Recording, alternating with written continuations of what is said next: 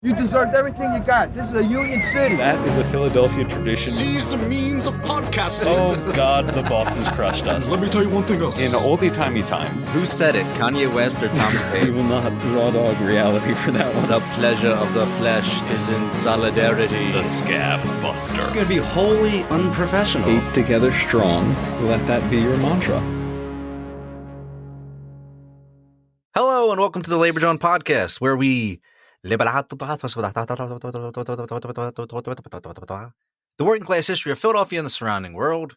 If you understood that, you're a labor history enthusiast. Congratulations. But if you didn't understand it, you need to listen to the entirety of this episode to understand it. At the end of it, you will understand what I just said. Oh God, I really have to pull something out of my ass for this one, don't I, Gabe? Well, today, my name is Sam. And tomorrow, your name is Gabe. Mm-hmm. And the next day, this is Gabe, the Labor John podcast. I woke up from a nap, buddy, and I'm ready to go, bud. How are you? I'm good. But I have a question for you. No. Okay. Do you like soup? I love soup, man. Well, Soup's awesome. You can do so many things with soup. It's true. There's many different types. It's one of the most versatile liquids. It is. Edible liquids, that is. Yeah. Well, today we're going to be talking about soup quite a bit. All right. So we're going to be learning about the 1934 Campbell's soup strike in Camden, New Jersey. Oh, I was waiting for the moment that we stepped into Camden. Yeah. We hopped on the Patco. And now I'm waiting for the moment that we step right back out. Yes. For those not in the Philadelphia area who might not know what Camden is or where Camden is, it's a city that sits about 2,500 feet to the east of Philadelphia. If you put out your hand, you can literally touch it. Yeah. So it's on the eastern shore of the Delaware River. And it exists. Camden exists, and you have to accept that fact. And has continued to exist. And good for it. Yeah. Good for you, girl. Yeah. So more importantly for our story, it is also still home to the Campbell Soup Company. Yeah. It is that's right. Still headquartered in Camden, New Jersey. Mm-hmm. Yes. Was founded when a fruit merchant named John A. Campbell teamed up with an icebox seller named Abraham Anderson. Okay. And this was back in 1869. All right. Fruit plus ice does equal Campbell's delicious soup, though. Yeah. So, of course. So they created the Campbell Anderson Company, which sold canned fruits, canned vegetables. They're getting there. Yep. So Campbell, or John A. Campbell, broke off from their partnership in 1876, and Abraham Anderson's son went to work for Campbell. So probably some weird family dynamics going on there. That's fine. Yeah. But anyway, so he started the Campbell's Soup Company, or the Joseph A. Campbell Preserve Company, pardon me. Oh. Later became the Campbell Soup Company. Okay. In 1876. And it was the son of Abraham Anderson who designed the famous red and white cans. Oh, all right. By the 1930s, it had basically expanded across the U.S. And had become pretty much like a household name, especially on the East Coast, because that was where it was mostly distributed. And but they still had their main factory in Camden. And it produced both soup, canned goods, spices, like all sorts of stuff. Oh, all right. Now, obviously, we know 1930s Great Depression happened. That's all I'm saying. Every single effing episode, Gabe. 1934. Is it relevant to the story, or do you just love bringing up the Great Depression? It is relevant because it gets into why everyone went on strike. Okay. Or the Campbell's reaction to it All right. led to the strike. You got to stop dropping your kinks into our laps here. We know you love the Great Depression, Gabe. We know you love talking about it. It was pretty fucking great. I mean, like, so 1934, the workers at Campbell's factory in Camden had organized a thing called a union. Hey, all right. And this was done with the help of a guy named Frank J. Manning, who was an organizer with the Socialist Party of South Jersey. All right. Yep. Which was a remnant of the old Socialist Party USA that continued into the 30s. And I also just loved that it wasn't the Southern New Jersey Socialist Party or the New Jersey Socialist Party. It was the Socialist Party of South Jersey. There we go. So in January 1934, they formed the Canners Industrial Union Local Number 1. They could have just been the Socialist Supers. Oh, they missed a good damn. chance. We had to go back in time and tell some people, like, call yourself the Socialist Supers. It's like, yeah, who are you? We're from the future. All right, we'll listen to you, buddy. We won't tell you anything else about what happens in the next decade, but so they were using the Socialist Party of South Jersey headquarters as their union hall on 814 South Broadway in Camden. There's still a building there, but I don't think it was the same one because it looks a little bit more modern. So then union did normal union things, continued to organize. Their president, or they elected Andrew Hunter as their president from among their ranks. So they were Frank J. Manning was helping them to organize everything and like getting them connected with the Socialist Party and kind of progressive movements. But they weren't like a direct arm of the Socialist Party or anything. They were independent. Okay. Or fairly independent. Then by mid-January, the union sent a proposal to Campbell's asking them to meet and begin negotiations over wages and hours. They're like, who the fuck are the Socialist Supers? Yeah. No, we're not meeting with these people. So at a meeting on January 18th, President Hunter, so this was a union meeting, President Hunter read out the company's response, which basically said it was their custom to meet with any employees to discuss any matters, business or personal. Okay. So they were like, yes, we will meet with you. And that was it. Okay. Which, I mean, it's a first step. Yeah. But there were no promises about like actually following through on any agreements made in said meeting.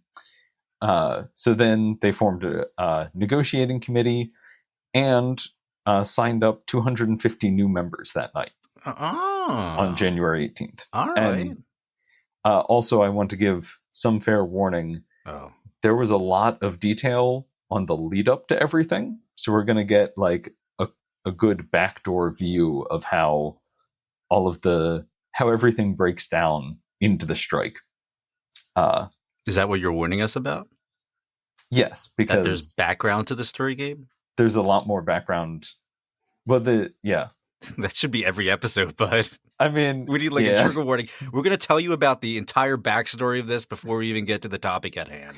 I was very surprised that the Camden County newspapers, they were actually letting the workers kind of tell their side of the story the entire time. Wow, so okay. That's a first. I'm just excited that we got like an almost day by day account of negotiations before a strike. It's exciting, but you kind of started it out like there were going to be some people dying in horrible ways, Gabe.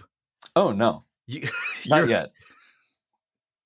So February 3rd, 1934, union now claimed a membership of 1,500. and announced that they would be sending 4 delegates to the National Labor Board hearings on the food code.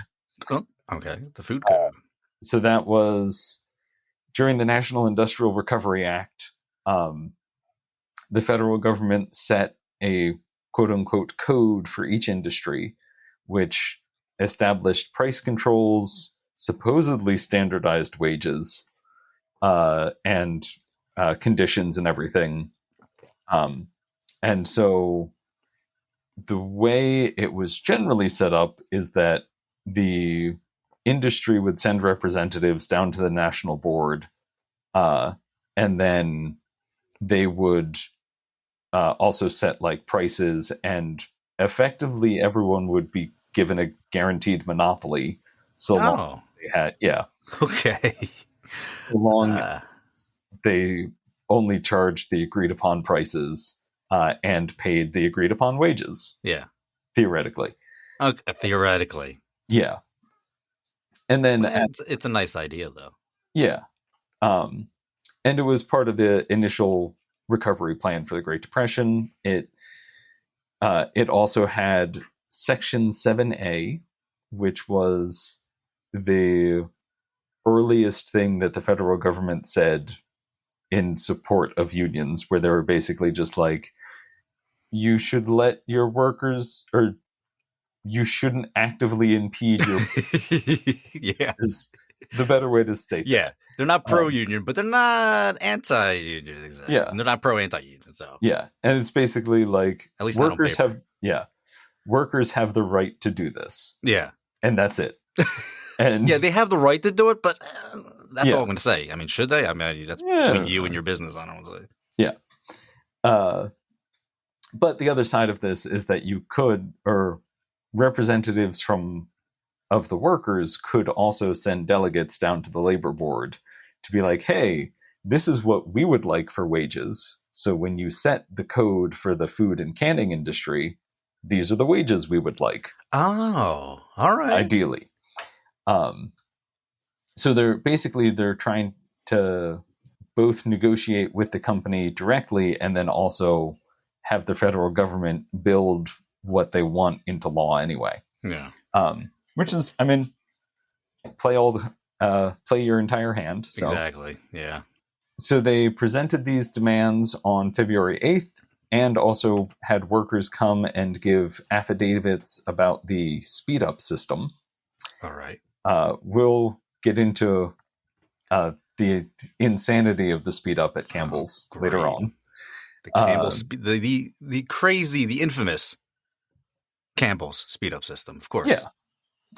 Everyone knows about it. Yeah. They tried it out of Ford, didn't really work out, but it's working out of Campbell's. Yeah. I mean, soup is simpler than a car, so you can speed it up a lot more. So it does, however, seem that the attempts to get the National Recovery Act or the National Industrial Recovery Act to like work on the side of the workers, it didn't really go anywhere. By the end of February, they announced that there would be a mass meeting of a number of progressive and independent labor unions. All right. And mostly industrial unions, to protest the inaction of the National Recovery Act or the National Recovery Administration. Mm-hmm.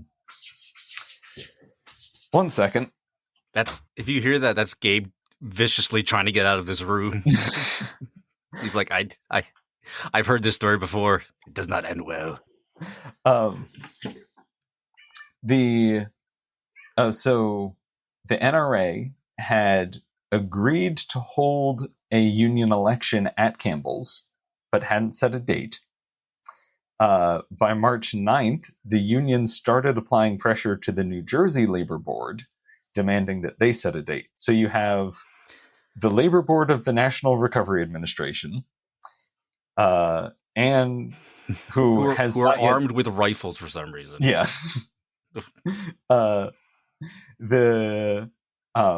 They haven't set a date. So now the union is going to the regional New Jersey Labor Board, which is just for the state of New Jersey. Okay. And they're saying, hey, you should force Campbell's to set a date.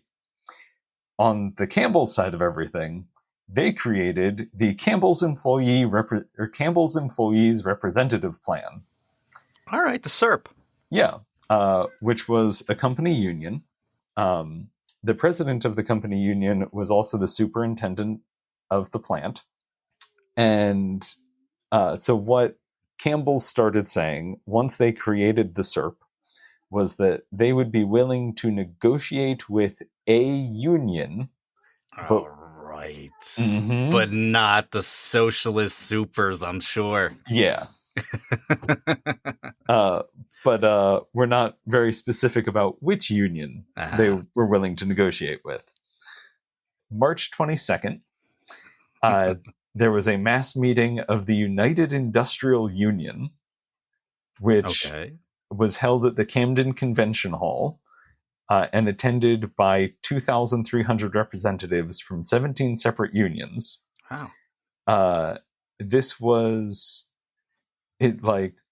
This seems like almost a proto-CIO, but like a specifically South Jersey thing. So they had independent unions like the Canners Industrial Union, local number 1. Then they also had the locals of the Amalgamated Clothing Workers. There was actually a representative from the American Federation of Teachers from Philadelphia. Oh, okay. Which I'm guessing would be Philly Federation of Teachers Local 192. Hey. Yeah. All right. To tie it back into another episode, yeah. And we'll wait till you go listen to the entirety of that episode before you come back. Yep. All right. So, hold on, Gabe. Yep. We got to wait an hour and 24 minutes. How long is that episode? It's probably not that long. It might be that long, Gabe. I think I remember you being vaguely excited for that episode. That episode could realistically have been 5 hours long.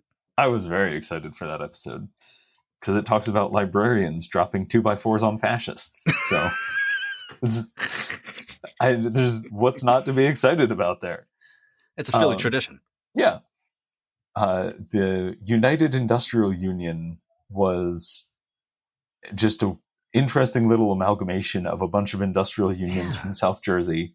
It also, while all of this is going on, there were also the shipyard workers at the New York shipyard, which confusingly is in Camden. And so they were on strike too. They were another independent industrial union. They were there at the UIU, I guess. Meeting. You? No, I. Oh, you. Yeah. Okay. Us. There you go. End the episode, Gabe. So anyway, getting back to the meeting. Please. The speakers were basically haranguing the National Recovery Administration Director Hugh S. Johnson. They branded him an arch hypocrite. No. I'm sorry, Gabe. Oh God, Hugh Johnson. I hadn't said his name out loud until now. Please continue with Hugh Johnson. Yep. So there was also a fellow named Colonel J. Lester Eisner. All right. It's one of the most 1930s names I've ever heard. I love it. He was the state director of the National Recovery Administration. He was called the damnedest sweatshop keeper in the United States. Damn. So Colonel J. Lester Eisner was also a factory owner who was currently putting down a strike while also being the director of the National Recovery Administration. Frank Manning was also giving speeches there. He, like everybody else, attacked the state labor board, the stagnation of the state labor board. he laid out how they had first asked for recognition on February 20th, at which point they were told there would be a union election within 10 days. Okay. On March 1st, All right. they then went to the National Labor Board. The National Board told them that they would be amazed at how willing the company was to cooperate and that they'd get a recognition vote soon. At this point, there were about 1,800 workers in the plant, and 80% of them were card-carrying members of the union. All right. So you'd think that an election would be really easy. And that you could just... What happened, Gabe? They kept saying, like, yeah, we'll have an election soon. Don't worry about it. It'll be soon. So this is also when he clearly outlines their demands. So one of their main demands was that they want to go back to basically how things were in 1929. Let me explain. In 1928, there were 5,900 workers in the plant. 4,000 of them were eligible to be in the union. So mind you, right now, there's only 1,800 people working in the plant. That number, like I said, had dropped down to just around 2,000 total. 1,800 of them were eligible to be in the union. So they lost 3,000 workers just because of cutbacks? Yeah. Okay. Now, the interesting thing is that the company's profits hadn't suffered. Oh, isn't interesting how that works? Yeah. So they reported $10 million in profits in 1933. So they paid their shareholders $10 million. They only spent $3 million in total on wages for all 2,000 employees. So they were able to keep up these profits by implementing a speed-up system. Here we go. So in 1929, use it with a 53-hour work week. The average pay was $16.50 per week, or 31 cents an hour. The current system was a 35-hour work week with a take-home pay of $12.95, or 37 cents an hour. So they technically got a 6 cents per hour raise, but then had their hours cut. Yeah. So their take-home pay was less. And the company kept claiming, like, oh, no, don't worry, you got a 6 cent raise. It's fine. And there's pizza in the break room. Or there's soup in the break room. Soup in the break room. I have to imagine, like, working over a giant vat of soup for 7 hours a day. Oh, God. Like, you never want to eat soup again. I never want to see any more soup, man. Yeah. So, in addition to this... And that is how they make soup. It's one gigantic vat. That's how it used to be, but now it's... Oh, what? Oh, no. We're about to get into that. One of the workers about to get into the vat. They didn't get into workplace safety at all. I think in the 30s, there's just kind of accepted, like, you're going to lose a couple workers to the soup every year. We're This is extra flavor. So, in addition to the reduced wages and the reduced hours, workers were expected to produce even more soup. So, in 1929, soup dippers, which I'm not entirely sure... Spoons? I'd guess. It's a job. The soup dipper was a job. It seems like they were... like actually making the big vats of soup. All right.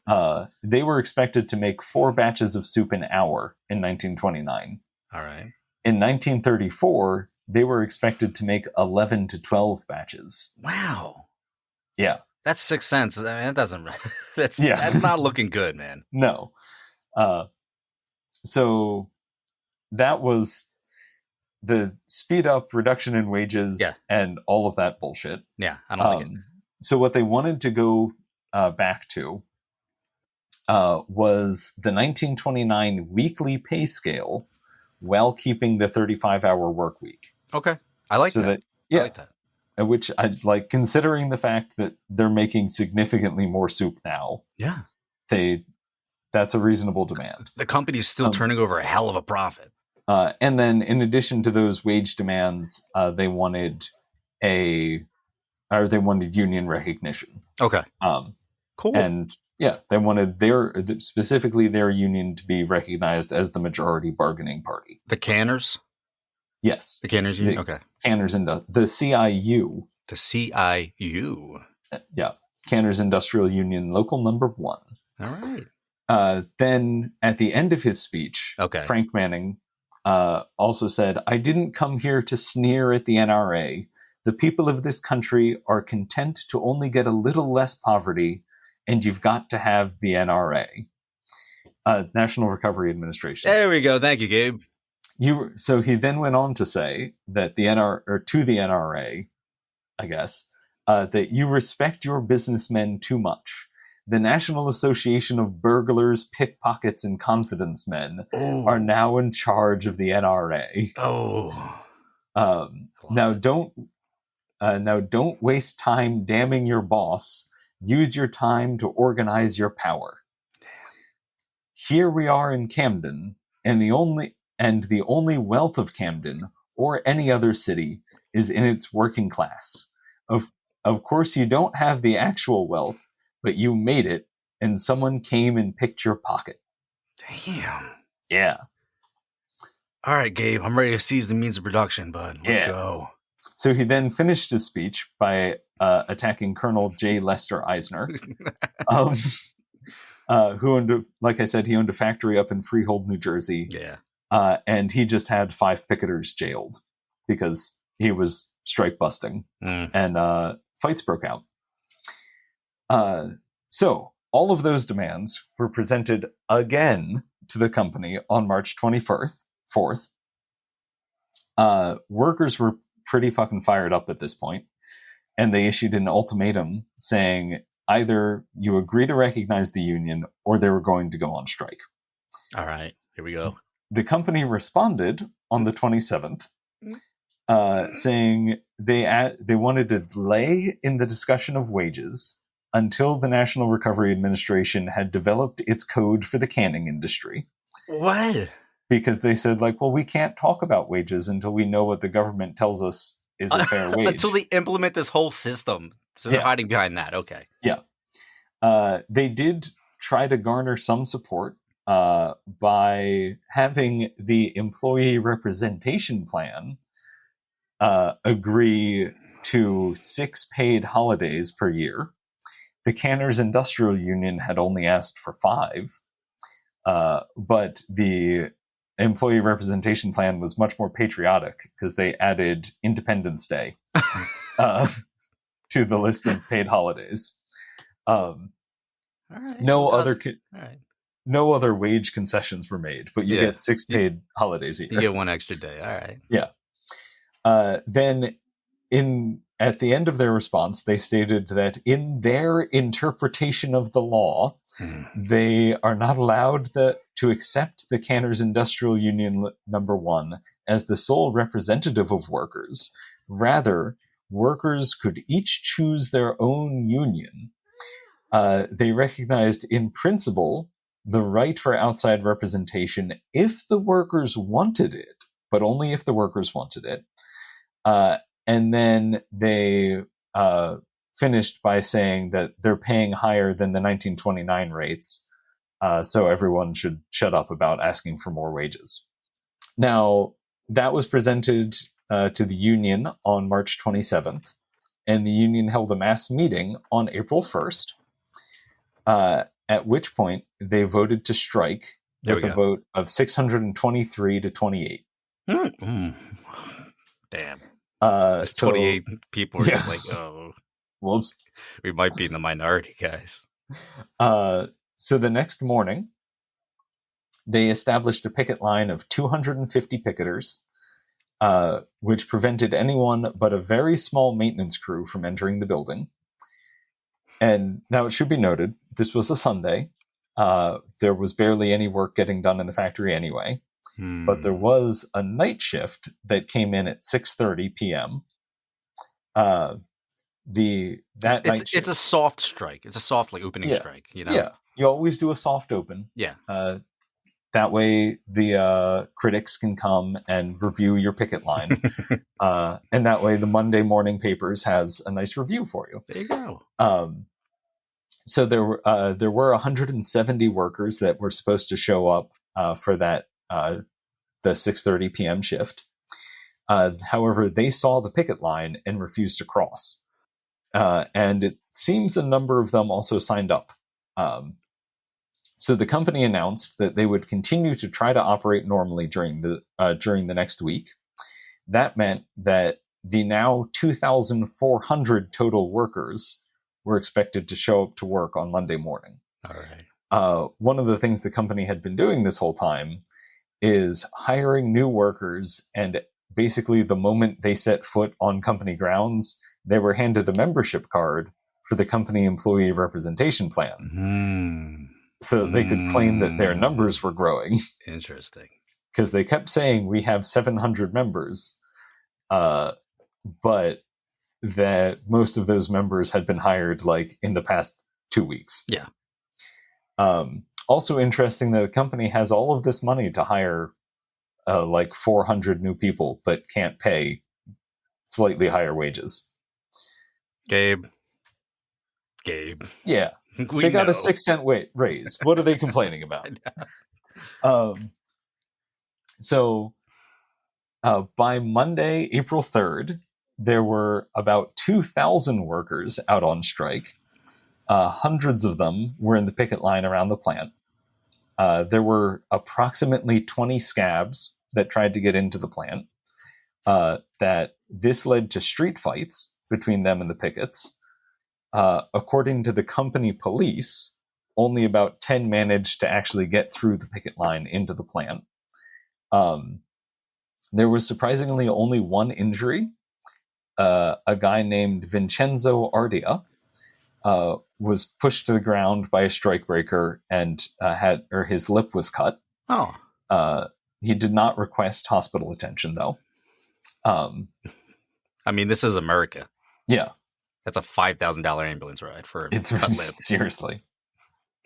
And it's 1934, so they'd probably have to amputate his lip. Also, women were out in force on both sides of this fight. There was a separate woman's entrance to the plant that had a female picket line, or a woman picket line. And to continue that trend, the newspaper made a point of saying that there was lots of hair pulling. I'm surprised they didn't go full catfight on it, Yeah. The whole article is just meow. The other side of the 30s that they can only submit, or they can only have one paragraph about women. Oh yeah, so that's it. You don't want to give them too much agency. They have a big cigar. The guy's we got the one story about the woman, right? All right, awesome. Yeah. Get me Spider-Man. So by about 2 p.m. on Monday, the crowd around the plant had grown to around 2,000 total people. It was a mix of both pickets, their supporters, and then also workers from the nearby RCA Victor plant. Oh. So radios. Yeah. Yeah. So the police called in reinforcements and motorcycle cops to clear the streets adjacent to the plant. At that point, the union started checking the credentials of everyone on the picket line. And basically, if you couldn't prove that you were a Campbell's employee, you were asked to leave. Okay. Because they didn't want anyone who wasn't part of the strike to cause shit or to cause problems. So Frank Manning then also noted, talking to the papers, that they signed So on Sunday, they had brought in 137 new members. Of those, 120 were members of the company union, because these were all the brand new hires who had been handed a card right when they walked through the door. They also stated that first day, the first like real day of picketing, that Monday, no production had occurred inside the plant, aside from managers labeling a couple of cans. All right. And I'm sure they were like skewed, and the white was on top, red was on the bottom, and it was all sorts of messed up. But so Tuesday, August 3rd, New Jersey Regional Labor Board discussed the strike, but didn't reach any conclusions. And then Campbell's sought a court injunction claiming irreparable damages to the company. Oh God! Which is like that's the point of the strike. Yeah, to do damage to the company. The vice chancellor agreed to hear the plea and set Monday, April 9th as the hearing date. The vice chancellor. It's South Jersey, man. it's its own fucking world. So the fights at the plant also escalated at this point, and especially at the women's entrance. A strikebreaker attempted to get past the picket line by brandishing a 10-inch screwdriver. Shit. Only minor injuries were reported from this. One guy had a scratched stomach and a torn shirt. All right. Another reported a bruised shoulder, and one woman from Philly claimed that she had a head injury because this lady came in and just started swinging a 10-inch screwdriver. Yeah. The union then also threatened to put out a warrant for this woman's arrest. They didn't seem to go anywhere with it, but they were like starting to push back a little bit more. The cops will definitely get on that. They'll get on that. In slightly happier news, another guy who was going into work at the plant got chased down by strikers. That's the happy news. Yep. But he was, so they caught up to him, probably roughed him up a little bit, but persuaded him to join the strike, at which point he was immediately handed a picket sign and assigned to picket duty. I love that. Yep.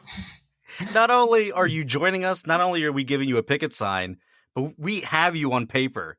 4:30, bitch. You're on the line. Yep. Well, it's one of those things where it's like, you were going into work. You don't have anything else planned today. Yeah. So sorry. You're a picketer now. There we go. I love it. You didn't, and no excuses. So the third, April 3rd also saw the beginning of leftist infighting on the picket lines. I'm surprised it took this long. I know. So there was a communist agitator that started to distribute leaflets promoting a Communist Party meeting that night where workers could learn to win their strikes. So he got chased off by the strike committee, and then the police prevented him from returning to the picket line. All right. So like nothing really came of it. Yeah. But I love that police and the strikers working together, Gabe. Yeah, that's our end goal here, bud. Now that we've pissed off half of our audience. So the strike continued with like small clashes outside of the plant.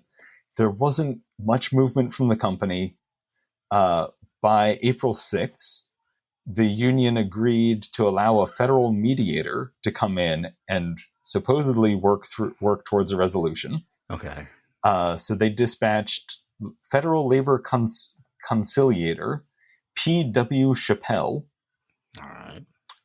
He was actually already in Camden to resolve the New York shipyard strike, which is going to get its own episode at some point. Oh. All right. But he was given authority to assist in other disputes as well. Okay. While you're down there, just like if any other strikes pop up, can you take care of them, bud? So it was also on the 6th that the workers received their last paycheck, which would then have to sustain them for the rest of the strike. Yeah. And one striker was also held on $1,000 bail. Damn. For assault and battery from a fight earlier in the week. And then they went on parade on the 7th. So they held a big old strike parade. All right. So finally... No baseball game. No baseball game. All right, because this isn't Philly proper, so there doesn't have to be a baseball game. It's true. But... I mean... But then again, they're in Camden, so... They have the Socialist Supers, so... They have the Socialist Supers. Supposedly, or presumably, they would have had a baseball game. So the finally... Socialist Supers versus the company Canners. I like it. Yeah, I don't know, Gabe. I think that would be... To the death! Yes. they all instead of bats, it's 10-inch screwdrivers. Yeah. So on April 11th and the 13th, they finally had meetings with both the company Chappelle and Manning. All right. So Frank Manning and Andrew Hunt, the union president, were meeting. Now, it's also at this point that the company started to play a little bit dirty. They put out a newspaper advertisement stating that the plant was reopened and anyone was welcome to return to work. Oh, you suckers, you. Which was basically a way to trick workers into thinking the strike was over. So he then put out a statement in the newspaper charging A.C. Dorrance, who is the president of Campbell's, basically saying that he was inciting a riot because if workers returned to work en masse, then there was potential for significant violence to break out. Yeah. So luckily, only about 150 people listened to the newspaper ad from the company and showed up for work. So they were actually allowed to enter the plant. What? Because the workers realized that 150 isn't enough to actually operate the plant. Yeah. So okay. They're just going to be standing around. Yeah, it's like if the company wants to waste time and money, there you go. They can waste time and money. They're not going to make anything. I like it. They probably labeled some more cans. So the meeting with the federal mediator didn't go anywhere. Neither side was willing to back down, and pickets continued in force. We're going to fast forward to April 23rd because literally nothing happened. Like, it just kept going. At that point, the dispute was escalated up to the National Federal Labor Board rather than a local conciliator, which they were hoping would apply more pressure on the union and get them to actually negotiate. Yeah. But April basically we went through the rest of April and there was barely any progress made, even with federal pressure. Because the company kept using the Campbell's employee representation plan as an excuse as to why they couldn't recognize the Canners union. They basically were arguing that the Canners union wanted to force SERP out of existence. The Canners responded by saying that they only wanted majority representation and that they were not asking for a closed shop. So all right. They were basically like, we just want to represent our 1,800 members. Yeah. Everybody else can do whatever they want, but our 1,800 members are going to negotiate as a body. That's fair. Yeah.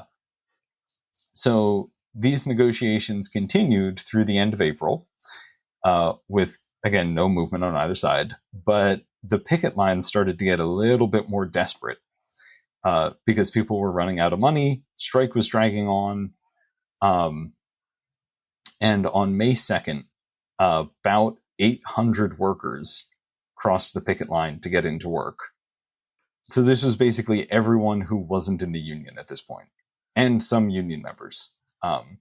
So there were the majority were still on strike. Strikers also got more aggressive, trying to prevent them.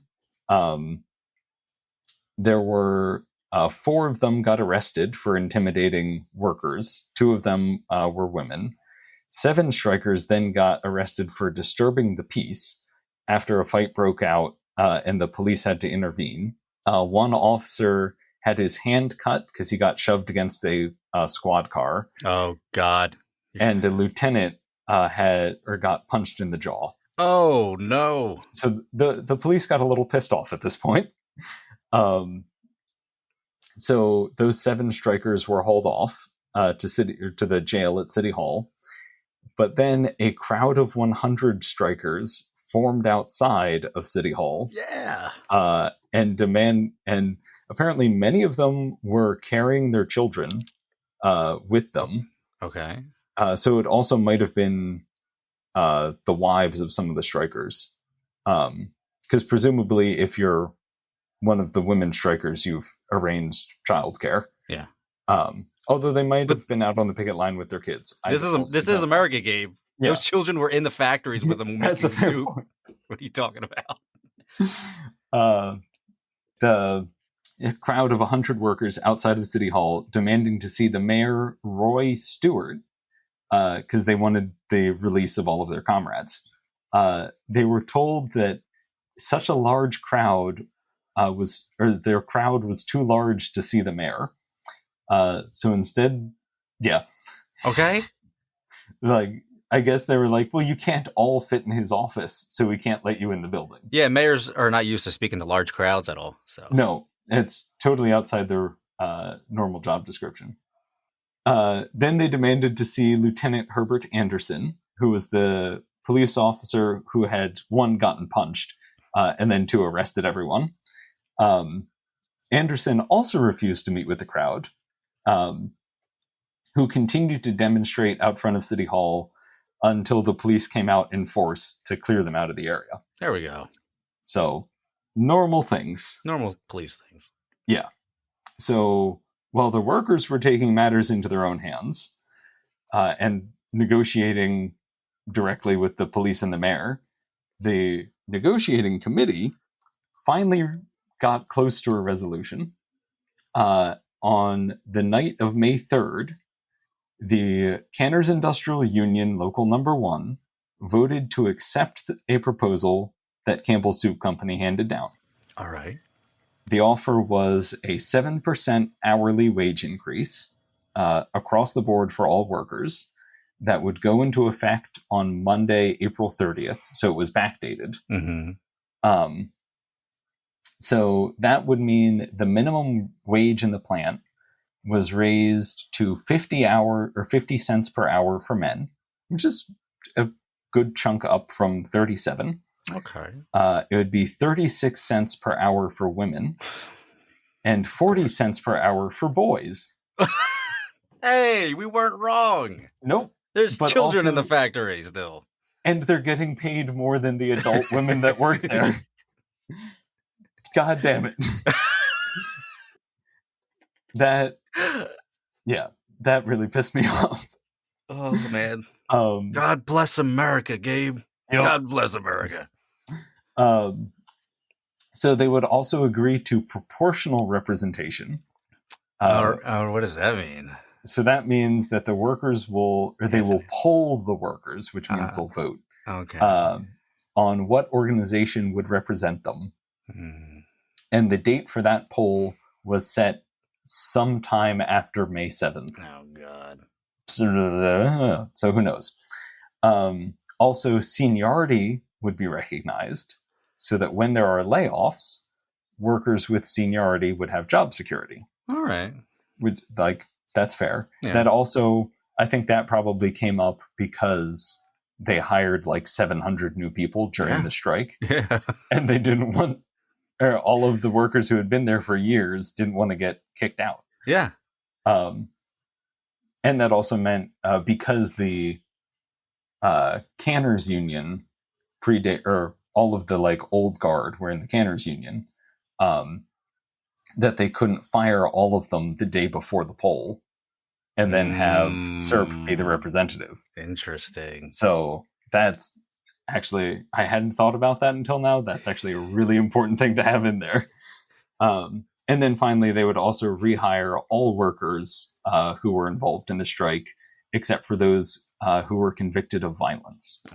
All right. So So after the acceptance vote, the strikers had a big celebration.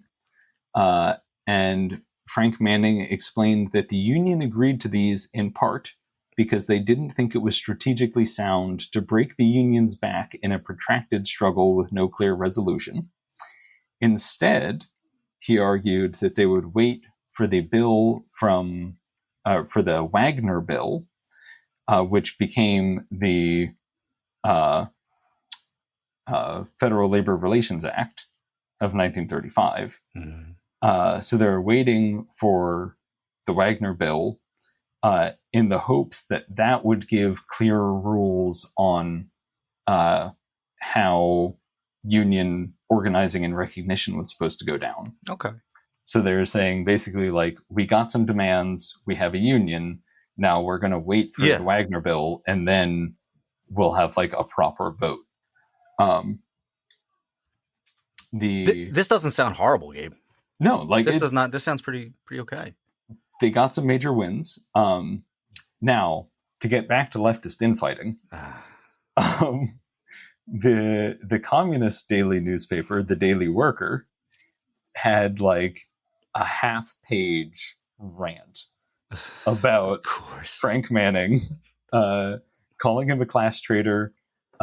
This was also the fun third period of CPUSA policy, which meant that if you weren't a party member, regardless of your politics, you were some version of fascist.